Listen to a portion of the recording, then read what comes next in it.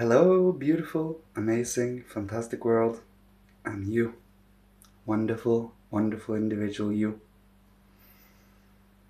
Today, I would like to speak about the silver lining, nourishment for our development. It is much easier, of course, to see the silver lining once you have gone through certain difficult situations and periods in your life. It is all about if we see it as material and building blocks for growth, or if we see it as, well, you know what I mean here. It is all about perspective. Because once it has happened and it is in the past. Yes, we do have it, bearing it within our own inner being. But it is all about if we go through it, reflect on it, look at it, understand it, comprehend it, and then make it part of you as inner strength.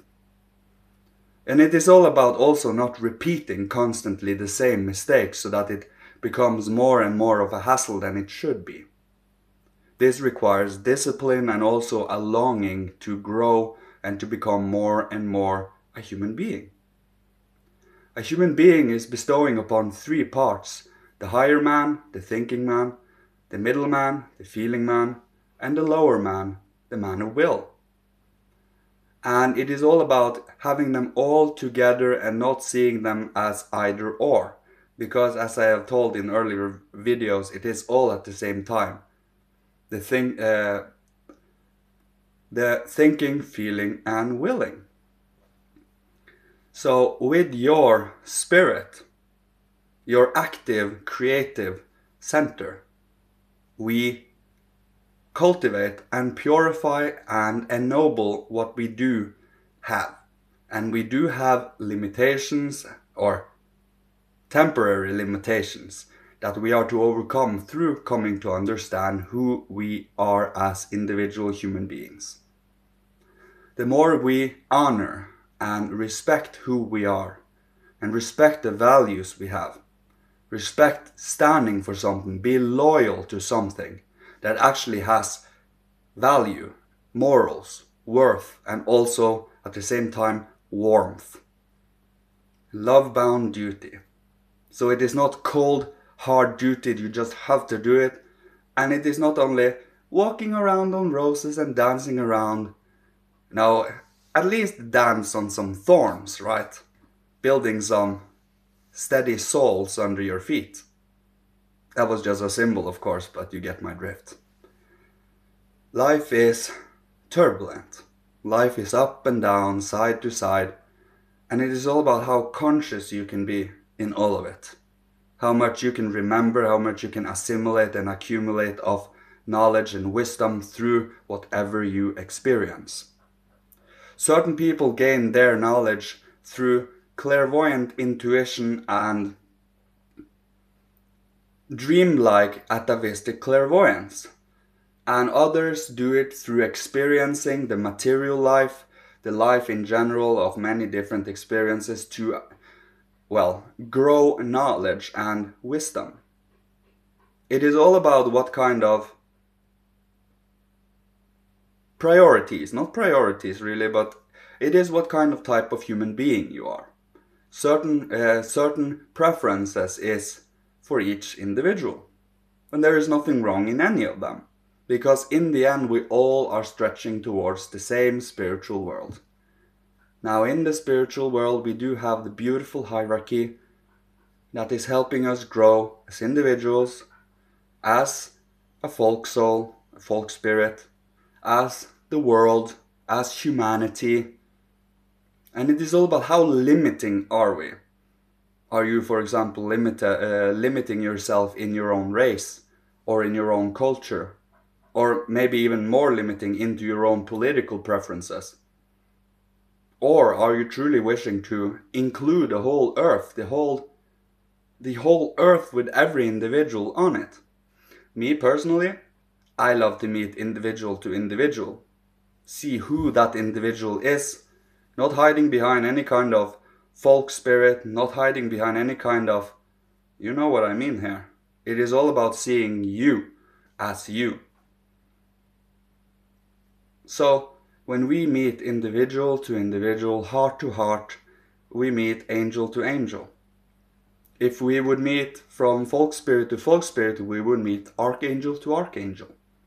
If we would meet from earth to earth, global to global, we will meet in the archai.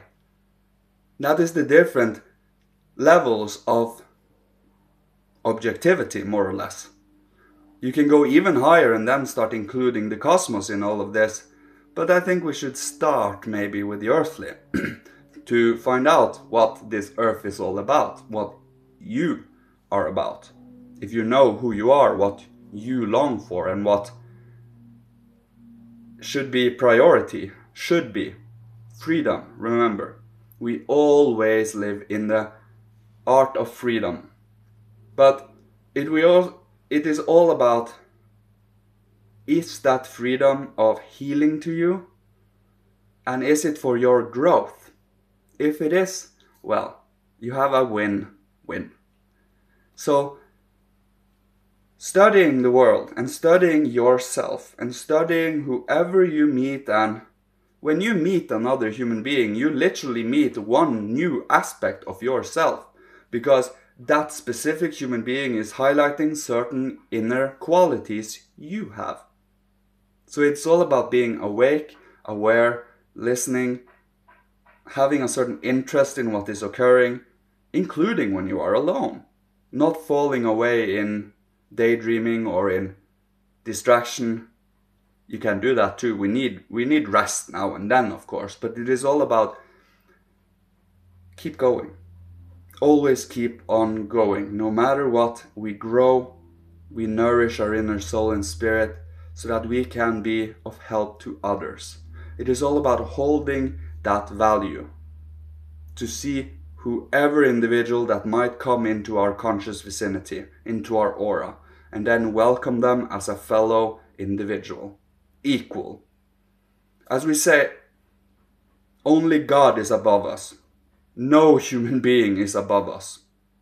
But no human being should be below us either. If they are below us, they put themselves there, but we see them as equal.